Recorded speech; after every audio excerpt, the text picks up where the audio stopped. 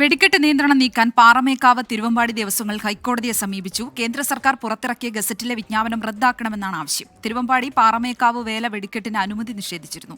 ശ്രീകാന്ത് കൊച്ചിയിൽ നിന്ന് വിവരങ്ങൾ നൽകും. ശ്രീകാന്ത്, ഈ ഇരു ദേവസ്വങ്ങളുടെയും ആവശ്യം എന്താണ്? കോടതി എന്താണ് ഇവർ അറിയിച്ചിരിക്കുന്നത്? ഈ ദേവസ്വങ്ങൾ ഇപ്പോൾ ഹൈക്കോടതിയിൽ എത്തിയിട്ടുള്ളത് അവിടെ വെടിക്കെട്ട് നിയന്ത്രണം ഏർപ്പെടുത്തിയിട്ടുണ്ട്. അതിനൊരു കാരണമായി പറയുന്നത് ഈ കേന്ദ്ര ഗവൺമെന്റിന്റെ ഒരു സർക്കുലർ ഉണ്ടായിരുന്നു. അതിൽ ചില നിബന്ധനകൾ വെച്ചിട്ടുണ്ട്. നിലവിൽ ആ നിബന്ധന പ്രകാരം ഈ പൂരം വെടിക്കെട്ട് നടത്തുന്നതിനുള്ള ബുദ്ധിമുട്ട് ഉണ്ട് എന്നുള്ളതാണ് ചൂണ്ടിക്കാട്ടപ്പെട്ടത്. അതിന്റെ അടിസ്ഥാനത്തിൽ അത് നീക്കണമെന്നാവശ്യപ്പെട്ടാണ് അവർ കോടതിയിലേക്ക് എത്തിയത്.